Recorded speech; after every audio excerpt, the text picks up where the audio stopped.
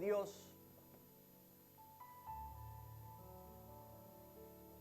no es solamente la iglesia. El reino del Señor abarca mucho más de lo que nosotros muchas veces hacemos énfasis. Cuando leemos el Salmo 103, 19, nos dice que Jehová estableció en los cielos su trono y su reino domina sobre todos. Pueden decir la palabra todos. Eso quiere decir no otra cosa que todos. Y cuando hablamos de todos, incluimos a personas cristianas y no cristianas. Dios gobierna sobre todos, porque su trono no está en templos hechos de manos de hombre. Así lo dijo Salomón cuando edificó ese majestuoso templo en Jerusalén. ¿Quién puede encerrar a Dios en un edificio? Su trono está en los cielos y su reino domina sobre todos. Y gloria a Dios por eso. Porque cuando Dios gobierna hay paz y equidad. Jehová reina, regocíjese la tierra, alégrense las muchas costas, porque Jehová reina. Y aun cuando suceden cosas lamentables, duras de aceptar en la vida, nosotros tenemos cierta confianza, seguridad, paz, solamente por el hecho de que Jehová reina. A Él no se le escapa nada de las manos. El título del sermón de hoy es Solo un trono en el reino. Seguimos con nuestra serie Principios del Reino. Y hoy vamos a hablar acerca de esta realidad de que no hay muchos tronos en su casa. Hay un solo trono en el reino de Dios y es el trono del Hijo de Dios, el Cordero inmolado. Por lo general nosotros tenemos la tendencia de separar la vida espiritual de otras esferas de la vida. Cuando estamos trabajando, estamos pensando, no, esto es el trabajo. Lo espiritual es en la iglesia, pero esto es el trabajo. Cuando ocupamos alguna posición de liderazgo, decimos, bueno, vamos a separar esto. Yo soy cristiano, pero aquí yo soy el jefe. Y tenemos esa tendencia a limitar la parte espiritual de nuestras vidas a un edificio, a un lugar, a un momento determinado, cuando en realidad la vida espiritual, nuestra relación con Dios, debe afectar cada aspecto de nuestra cotidianidad. Debe afectar cómo nosotros manejamos nuestra familia y qué educación le damos a nuestros hijos. Nuestra relación con Dios y nuestro crecimiento espiritual debe afectar la manera como nosotros nos comportamos en nuestro trabajo, en la sociedad en la que vivimos, cómo nosotros manejamos nuestros recursos que el Señor nos ha dado, y debe manejar también y debe guiar nuestra posición política o nuestra perspectiva del gobierno y las autoridades que Dios ha establecido. Los que hemos venido de países con gobiernos totalitarios como Cuba, Venezuela, Nicaragua y otros países con tendencias socialistas, y cuando hablamos de socialismo estamos hablando de una religión básicamente, porque en estos países comunistas el humanismo es la religión. El comunismo es la intención de hacer el bien o decir que va a hacer el bien con esfuerzos humanos, lo cual termina en un anarquismo, termina en cosas que son completamente opuestas a lo que la palabra del Señor nos enseña. Nosotros que hemos venido de países como esos, tenemos muchas veces un concepto muy diferente de lo que la palabra de Dios dice que debe ser la relación de la iglesia y el cristiano con el gobierno y la política. Yo no voy a hablar de política hoy. Yo no voy a defender a ningún gobierno, no voy a defender a ningún político. Pero sí voy a hablar hoy acerca de cómo debe ser, o cómo la Biblia nos enseña que debe ser la relación de la iglesia y el gobierno. Cómo debe ser la relación de un creyente con la política. La pregunta no es si el gobierno, si la iglesia y el Estado deben estar unidas o deben unirse. La pregunta no es esa, no hay dudas de que los gobiernos civiles son puestos, son establecidos por Dios. La pregunta que traigo hoy a colación es ¿cómo debe la iglesia mirar al gobierno? ¿Cómo debe un cristiano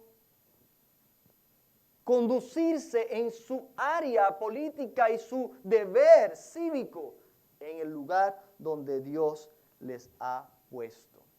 Nosotros tenemos muchas veces ese mito que hemos traído porque en estas culturas, en estos países con gobiernos totalitarios, trabajar junto con el gobierno es un problema. ¿Por qué? Porque como dijimos, el humanismo es su religión y el humanismo y el cristianismo se oponen.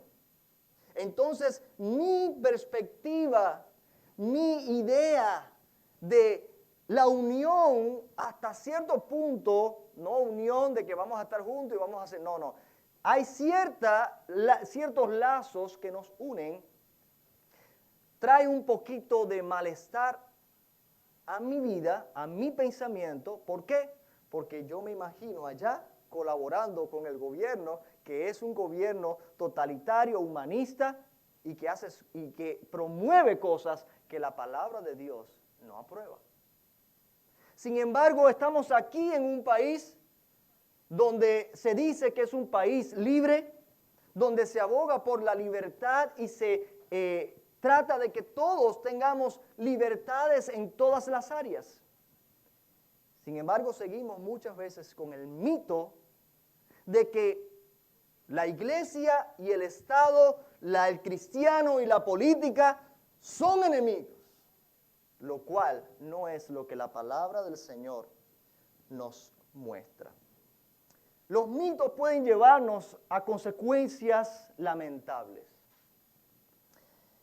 En el 9 de enero de 1997, el vuelo 3272 de Comair salió de Cincinnati, Ohio, a las 3:08 de la tarde con dirección a Detroit, Michigan. Viajaban 26 pasajeros y 3 miembros de la tripulación. El avión era un Embraer 120 turbohélice, uno de los mejores y más fuertes que tenía, más resistente que tenía aquella aerolínea. Los pilotos eran hombres bien capacitados, gozaban con tremenda reputación, habían sido muy bien entrenados y de hecho uno de ellos tenía licencia para entrenar a otros.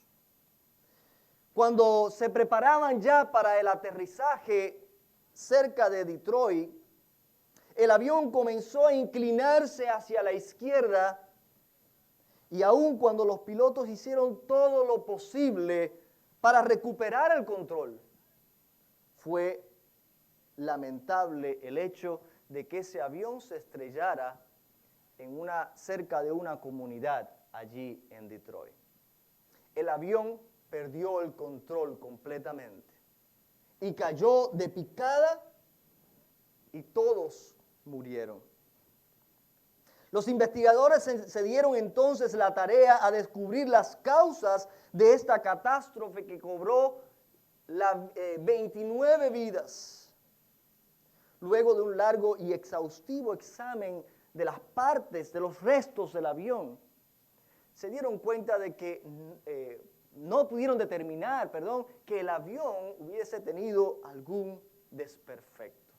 Así que tenían que avanzar hacia otra área y entonces empezaron a investigar acerca de las condiciones en las cuales aquel avión estaba volando. Las condiciones de congelación eran comunes en esa ruta. Así que decidieron examinar esto como una posible causa del accidente, ya que había ocurrido en vuelos anteriores. La acumulación de hielo en las alas del avión eran muy peligrosas y afectaban la aerodinámica del avión. Como este avión se inclinó y perdió el control, podría haber sido por acumulación de hielo en las alas. Efectivamente, volaban en condiciones de congelación y los pilotos estaban a sobreaviso de eso. Ellos sabían en qué condiciones estaban volando. Sin embargo, todos los aviones de Comair tenían sistemas anticongeladores y descongeladores para evitar que tanto en las hélices como en los limpiaparabrisas se acumulara el hielo. Ahora, para las alas tenían un sistema llamado descongeladores neumáticos. Quizás Eric sabe más que yo de eso. Eric sabe un poquito más de todas esas. ¿No es así, Eric? Me estoy equivocando porque él trabaja con partes de aviones. Entonces, estos aviones en las alas tienen unos descongeladores o unos rompehielos que son de goma, se llaman descongeladores neumáticos. En inglés no sé cuál es el nombre que tiene. Son de goma y se encuentran en la parte frontal de las alas, en la parte frontal de las alas. Al activar esos descongeladores, ellos se inflan rápido y rompen toda capa de hielo que pueda haber en las alas. Y luego se vuelven a su posición inicial y así el aire se lleva los restos de el hielo que quede ahí acumulado. Sin embargo, los investigadores se dieron cuenta de que estos pilotos, aún con la capacidad que tenían, con el buen entrenamiento, jamás activaron estos descongeladores neumáticos. Entonces ellos dijeron, bueno, tenemos que investigar cuál es la razón por la cual nunca activaron esto para evitar este accidente tan lamentable. Los investigadores contactaron entonces a diferentes pilotos de la misma aerolínea y les preguntaron qué harían ellos en condiciones parecidas, similares a las que volaban estos pilotos.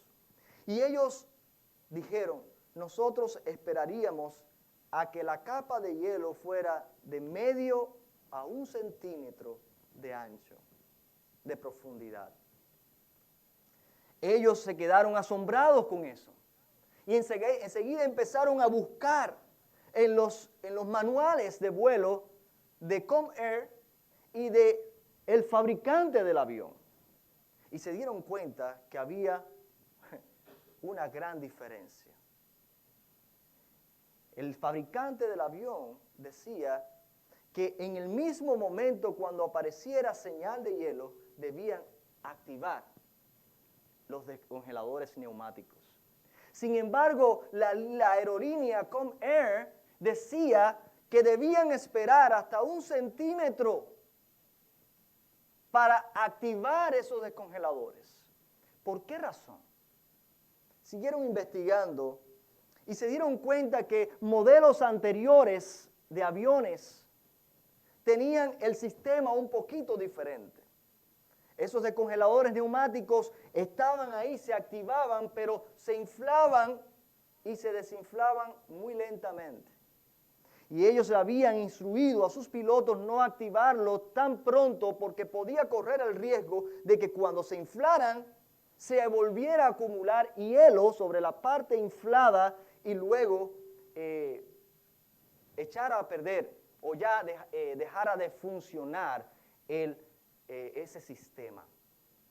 Sin embargo, ya estos aviones modernos ya contaban con un sistema más avanzado donde esos descongeladores neumáticos se inflaban y se desinflaban con la misma velocidad. No ocurriría esto que ellos temían, que llamaban puentes de hielo.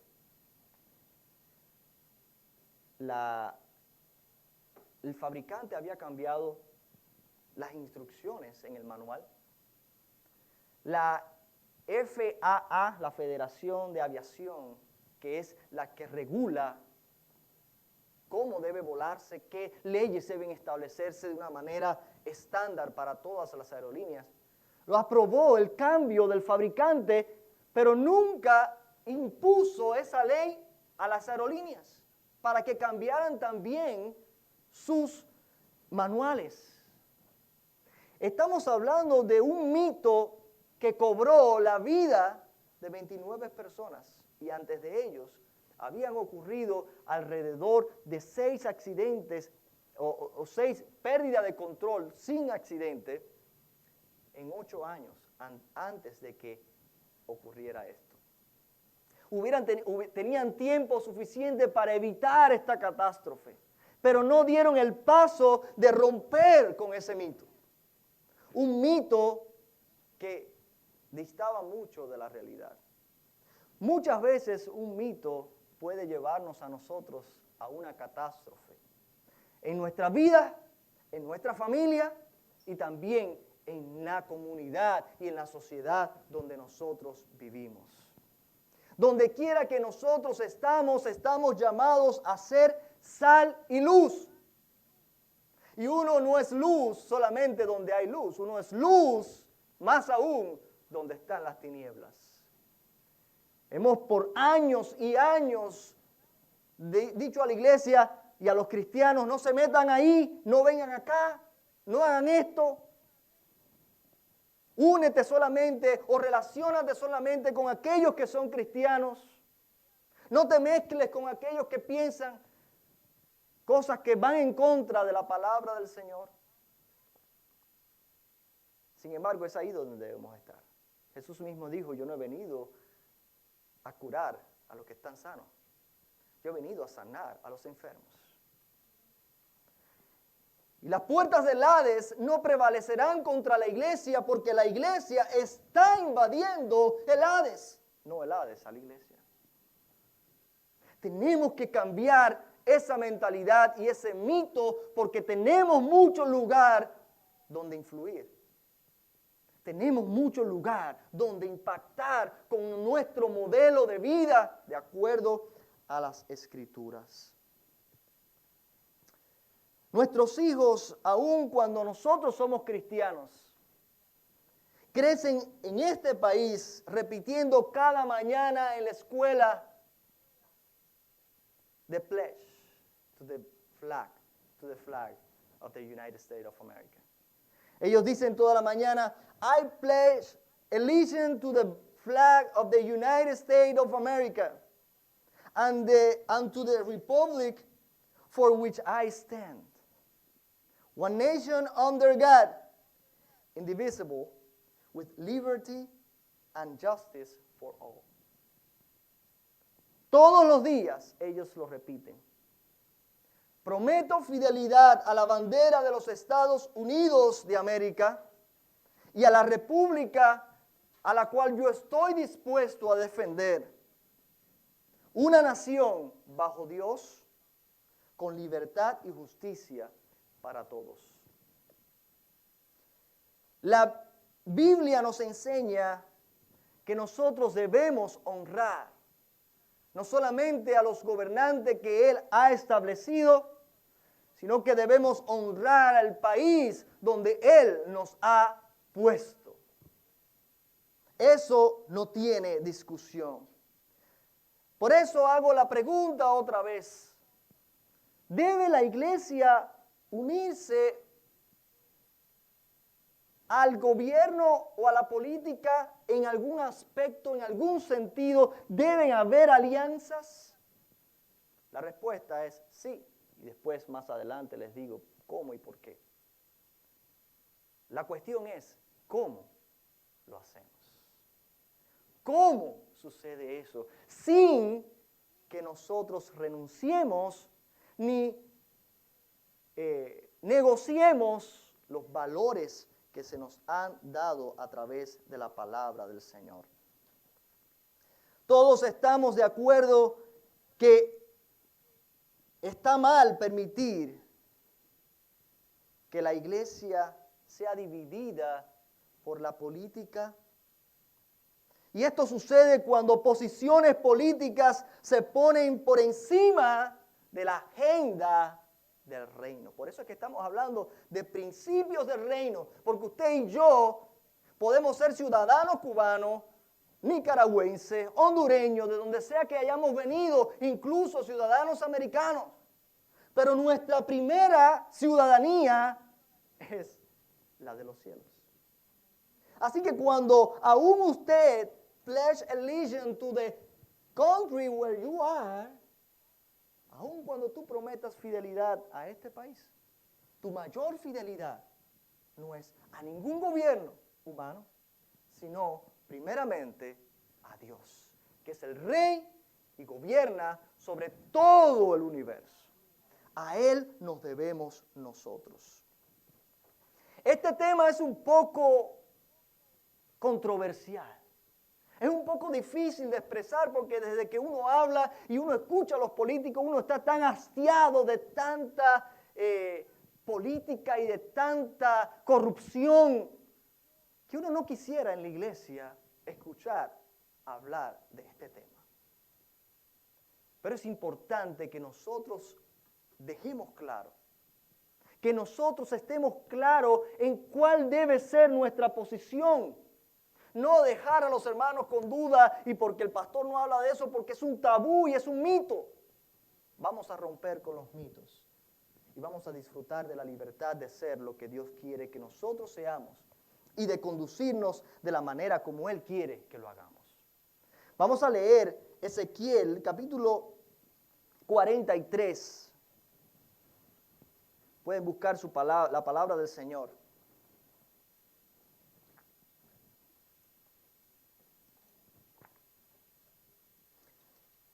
En Ezequiel, el profeta está tratando la realidad de la ausencia de Dios entre su pueblo.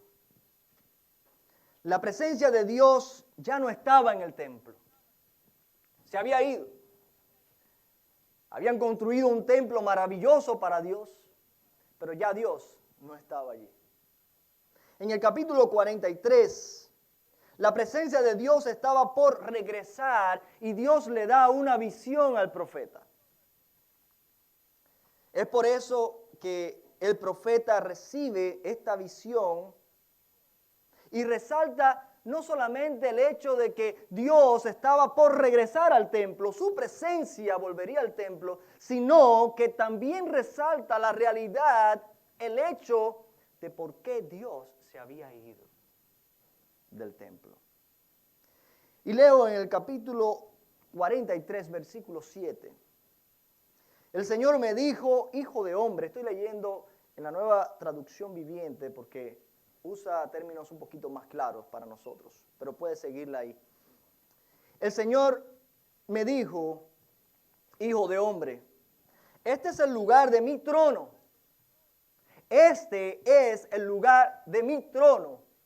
Cuando hablamos de trono, ¿de qué hablamos? De gobierno. Un rey se sienta en su trono para gobernar. Este es el lugar de mi trono y el lugar donde pondré los pies. Viviré aquí para siempre entre los israelitas. Ni ellos, ni sus reyes volverán a profanar mi santo nombre, cometiendo adulterio al rendir culto a otros dioses y honrando las reliquias de sus reyes ya muertos. Colocaron los altares para sus ídolos junto a mi altar. Eso es la casa de Dios. Junto a mi altar. Con solo un muro de separación entre ellos y yo. Profanaron mi santo nombre con ese pecado tan detestable. Por eso los consumí en mi enojo. La presencia de Dios iba a regresar al templo. Pero no obstante, te voy a decir por qué mi presencia se había ido del templo. Ellos pusieron ídolos en el templo. Los reyes de Israel se metieron en la idolatría, se alejaron de la perspectiva de Dios y trajeron toda esa inmundicia a la casa de Dios.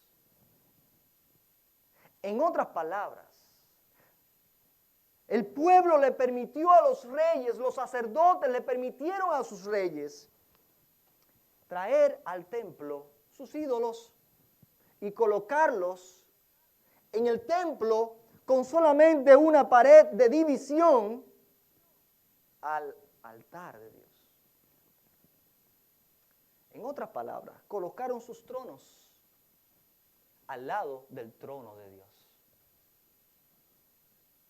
Se igualaron a Dios. Los pusieron al mismo nivel que Dios. Lo cual para Dios es idolatría.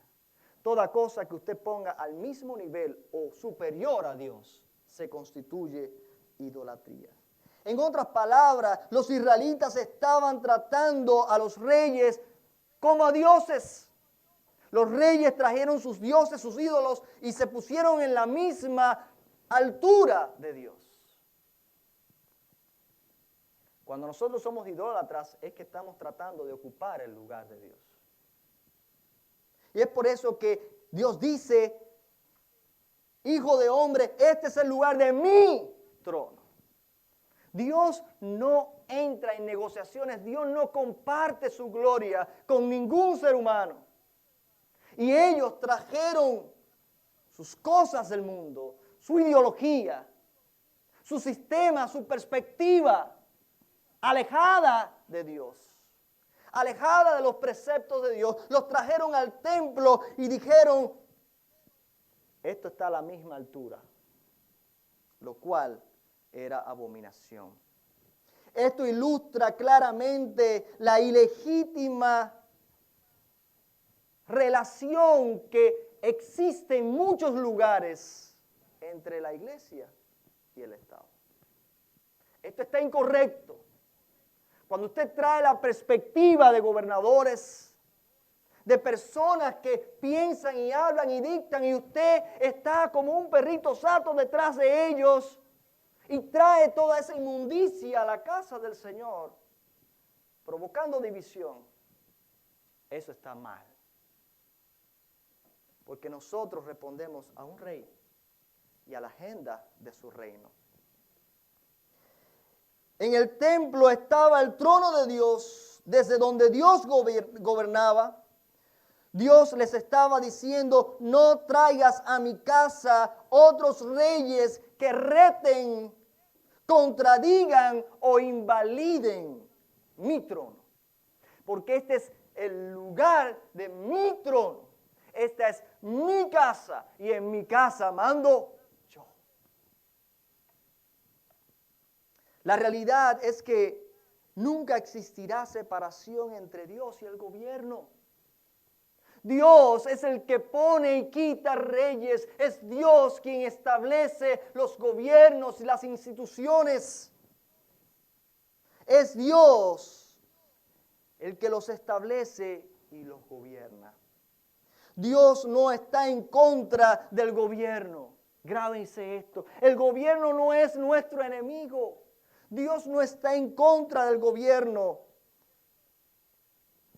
No está en contra de tu participación en la política. Al contrario, tenemos una obligación como ciudadanos de ejercer nuestro derecho a opinar, a votar, a tomar parte, a hacer luz y sal en este ámbito que se presta para tantas divisiones y conflictos como lo que estamos viviendo hoy. Yo sé que aquí en la iglesia no se habla de eso, y qué bueno, pero me pregunto cuántos de ustedes se preguntarán, ¿qué piensa el pastor acerca de esto? Que el hecho de que no se hablen las cosas no quiere decir que yo no tengo dudas, sé bien lo que hay que hacer. Dios no está en contra de la política, no está en contra del gobierno, siempre y cuando ésta no compita con él. Siempre y cuando ésta no rete los valores del reino, no rete los principios del reino, porque fueron establecidos por Dios y existen para servirle. Ahora, ¿cuál es la relación que debe haber entre el cristiano y las autoridades civiles? El rol del gobierno es actuar en nombre de Dios para promover lo bueno y eliminar lo malo. El rol del gobierno está puesto por Dios para servir a Dios, promoviendo lo bueno y restringiendo lo malo. En la palabra del Señor lo llamamos teocracia. Romanos nos dice, sométase a toda persona a las autoridades superiores, porque no hay autoridad sino de parte de Dios, y las que hay por Dios han sido establecidas. ¿Estamos de acuerdo? No lo dice el pastor, lo dice la palabra. Romanos 13:2. De modo que quien se opone a la autoridad, a lo establecido por Dios, resiste. Y los que resisten acarrean condenación para sí mismos. Porque los magistrados no están para infundir temor al que hace el bien, sino al malo. Para eso fueron instituidos. No para infundir temor al que hace el bien, sino al malo. ¿Quieres pues no temer la autoridad? Responde, haz lo bueno y tendrás alabanza de ella. Es increíble lo que estamos viviendo en estos tiempos. La gente retan a los policías, los ofenden en sus caras, les escupen en sus caras.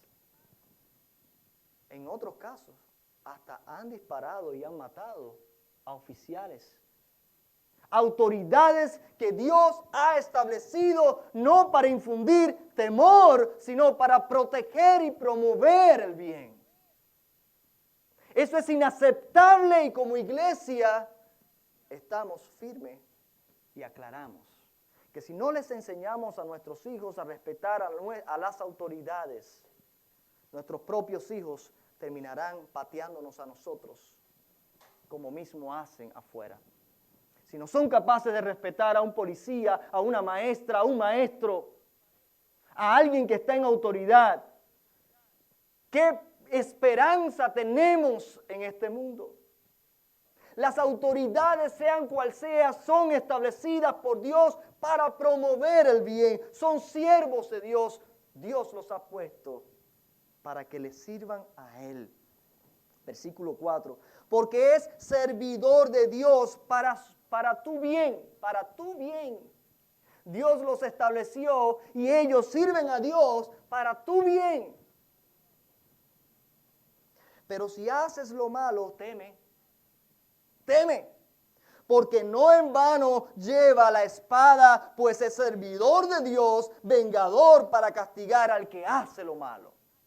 No en vano un policía tiene una pistola. No juegues con un policía, porque él no está allí para saber si tú eres bueno o malo. Si tú te haces el gracioso o la graciosa, puedes terminar el mal. Él no está allí sino para imponer el orden. Esto lo dice, hermanos, la palabra de Dios. La palabra que viene a colación es teocracia. Dios gobierna sobre todo, lo dijimos al principio, su trono está en los cielos. ¿Cómo teocracia, pastor? ¿Cómo puedes decir que Dios guía a estos corruptos políticos? Dios usa incluso hasta la corrupción de los políticos para llevar y conducir la historia de acuerdo a sus planes eternos. Tú confías en Dios. Tú cumples tu función. Porque si te pones a decir, mira ese político corrupto, pero tú le diste tu voto, quizás está siendo tan corrupto como el político por el cual votaste. Pero si tú hiciste lo correcto, y hay de todas maneras corrupción, confía en Dios. Dios tiene el control de las cosas. Existen 3 sistemas de gobiernos descritos en la Biblia por medio de los cuales Dios gobierna. Está el gobierno de la familia. La familia es una institución creada por Dios que tiene su jurisdicción y tiene consecuencias de acuerdo a su comportamiento. También existe la iglesia. La iglesia tiene su jurisdicción y tiene su responsabilidad delante de Dios y de acuerdo a la agenda del reino de Dios. Y existe también el gobierno civil, que tiene además su jurisdicción, no se pasa fuera de las fronteras del país, tiene su jurisdicción. Y tiene que ver con el orden de la sociedad. Dios dice, yo gobierno sobre todos. Yo gobierno en tu casa, yo gobierno en la iglesia y yo gobierno en los estados. Yo gobierno sobre todo. Ernesto, ¿quién manda en tu casa?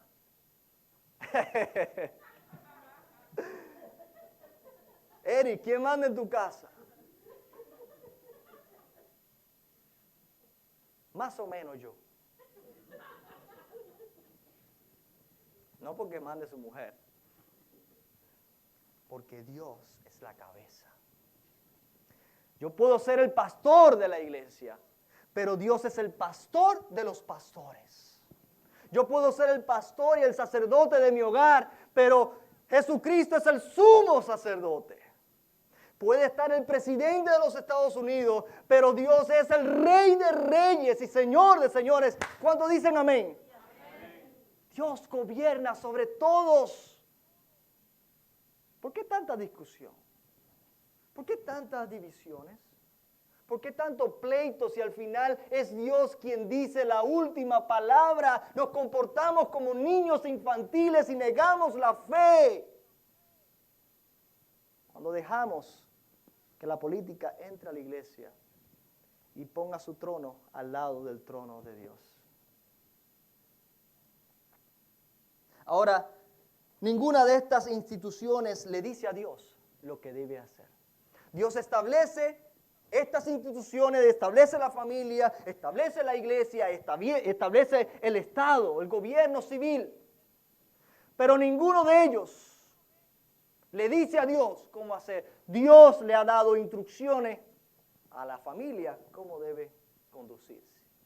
Ha dado instrucciones para la iglesia cómo debe conducirse. Y también la Biblia habla claro de qué deben hacer los reyes. Si no lo hacen, se han alejado de Dios y acarrean consecuencias tanto para ellos como para los ciudadanos.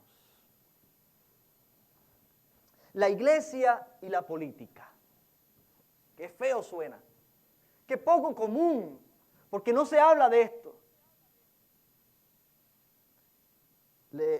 Estoy Estoy compartiendo un mensaje que ya yo he escuchado. Este mensaje no lo hice yo y no voy a tomar crédito por él. Es un mensaje que escuché en inglés por el doctor Tony Evans. Y me pareció tan bueno y tan oportuno que lo traduje y lo estoy compartiendo con ustedes. Porque realmente me dio una perspectiva clara de cómo debe ser la iglesia en su relación con la política. Volvamos a Ezequiel. Allí el Señor estaba a punto de llegar y nos vimos que el problema allí era la idolatría. Los reyes pusieron su trono al lado del trono de Dios. Dios había abandonado el templo porque los reyes se les permitió tener una posición de autoridad en la casa de Dios. Un problema que estamos enfrentando en las iglesias en estos tiempos es que estamos permitiendo que la política rija el reino de Dios. Josué se encuentra en un momento antes de entrar a Jericó y se le aparece el ángel de Jehová con una espada desenvainada y Josué se despierta y le pregunta, ¿estás tú del lado nuestro o del lado de nuestros enemigos? Y él le dijo, yo no he venido para ocupar posiciones, yo he venido para hacer la voluntad de Dios. Esa debe ser nuestra respuesta. Usted no está aquí, en este mundo, en este país, para defender, ni promover, ni pelear por un partido, sea republicano, sea demócrata.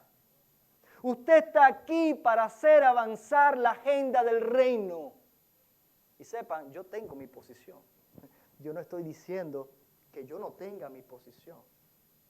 Y estoy firme en mi posición. Pero cuando yo pongo a Dios en primer lugar, ustedes se van a dar cuenta que un año vas a tener que votar como demócrata y otro año vas a tener que votar como republicano. Porque el hombre, el ser humano cambia, pero Dios es el mismo ayer, hoy y por los siglos. Cuando tú te vuelves tan leal a un partido o a personalidades, muchas veces puedes llegar a convertirte en un mob, en un instrumento de esas personalidades, en un manipulado o manipulada. Sé fiel a Dios sobre todas las cosas. Cumple tu misión, cumple tu derecho, tu obligación. Hay cristianos que dicen, no, yo no voy a votar porque no me quiero meter en política. Ese es el mito que yo quiero romper hoy. No dejes de cumplir con tu derecho y tu obligación, pero hazlo responsablemente. Hazlo para honrar a Dios. Hazlo para poner a Dios en el lugar que solamente a Él le corresponde. A veces, algunas veces, nos vamos a ver en que la gente cambia, pero Dios no cambia. Cuando estamos muy comprometidos con los políticos, cometemos errores. Pero cuando estás comprometido con Dios y con su agenda, vas a hacer siempre lo correcto. Estamos en un país libre, donde se celebra la diversidad y la libre afiliación. Así que usted puede ser parte del partido que usted quiera y puede aún entrar libremente a la casa del Señor. Siempre y cuando usted entienda que aquí adentro hay otro trono. Que aquí adentro gobierna el trono de Dios. No importa, tú eres libre, vivimos en este país, celebramos la diversidad, incluso de maneras diferentes de pensar. Pero debemos tener siempre la perspectiva del reino. Como creyentes tenemos una responsabilidad cívica, pero nuestra mayor responsabilidad es como ciudadanos del reino de Dios. Entonces, hermanos, concluyendo, Ezequiel capítulo 43, 10 al 12 dice: Hijo de hombre, describe al pueblo de Israel el templo que te he mostrado, para que ellos se avergüencen de todos sus pecados. Deja que estudien el plano del templo y se avergüencen de lo que hicieron. Habían modificado el templo para poner sus ídolos allí. Déjalo que miren cuál fue mi plan, cuál fue la instrucción inicial que yo les di. Y para que al leerlo ellos se avergüencen de lo que hicieron. Deja que estudien el plano para que se avergüencen. Descríbele todas las especificaciones del templo, incluidas las entradas y las salidas y todos los demás detalles. Háblales de los decretos y las leyes del templo, mi casa. Escribe todas las especificaciones y los decretos los decretos mientras ellos observan, para que sin falta los recuerden y los sigan. Esta es la ley fundamental del templo. Santidad absoluta. Toda la cumbre del monte donde está el templo es santa. Sí, esta es la ley fundamental del templo. Cada uno de nosotros tiene reglas en su casa. Yo no puedo controlar lo que ustedes hacen en su casa. Yo no puedo controlar que la gente fume o no afuera. Pero cuando usted entra por la puerta de mi casa, yo tengo mis normas para mi casa. Tampoco puedo imponer mis normas para tu casa, porque también tú en tu casa tienes normas. Ustedes tienen reglas para ustedes dentro de su casa y para los que llegan de visita a su casa. Eso es normal, ¿verdad? Ahora, nadie puede venir de afuera a imponer sus reglas en mi casa. ¿Por qué? Porque es mi casa. Dios gobierna sobre toda la humanidad, sobre toda su creación. Y su reino no está en un templo, su trono no está en un país. Él gobierna sobre todo. Y en su casa nadie le dice a Dios cómo debe gobernar. Lo que está haciendo la iglesia en muchos casos es permitir que los otros tronos entren y violenten las normas, los valores, los estándares que Dios ha establecido para su iglesia. Iglesia, estamos en tiempo donde lo que estamos hablando no es nada alejado de nuestra realidad. Usted se levanta y se acuesta y la primera y la última noticia es acerca de las elecciones. Yo no les voy a engañar, yo no voy a tratar de hacerlo como que yo lo estoy escuchando. ¿Y cómo debo actuar, pastor? Haga lo que el Señor le indique, hágalo responsablemente y para honrarle a Él. Nosotros estamos llamados, como ciudadanos del reino, a representarle a Él. Mi exhortación para cada uno de ustedes es que maximicen su poder político, maximicen su capacidad de elegir. Aprovechenlo porque esto no se ve en todas partes del mundo. En cada partido hay cosas buenas y cosas malas. El hecho que usted vote por un candidato o por otro no está diciendo que ese candidato representa todo lo que usted cree. No, porque son humanos y son pecadores. Pero usted vota para honrar a Dios. Usted vota por el menos malo, porque incluyéndome yo que soy cristiano, también me falta mucho por alcanzar la santidad que Dios exige. Dios nos ayude a mantener la política y el Estado en su lugar, sin que entre a la casa de Dios para competir, para retar los valores y principios del reino. Yo espero que haya sido claro esta mañana. Yo espero que cada uno de nosotros nos vayamos con una paz en nuestros corazones. Hay algunos que han dicho, si es cristiano debe votar así, si es cristiano debe... Hermano, usted tiene la libertad que Dios le ha dado. Solamente cumpla con su responsabilidad.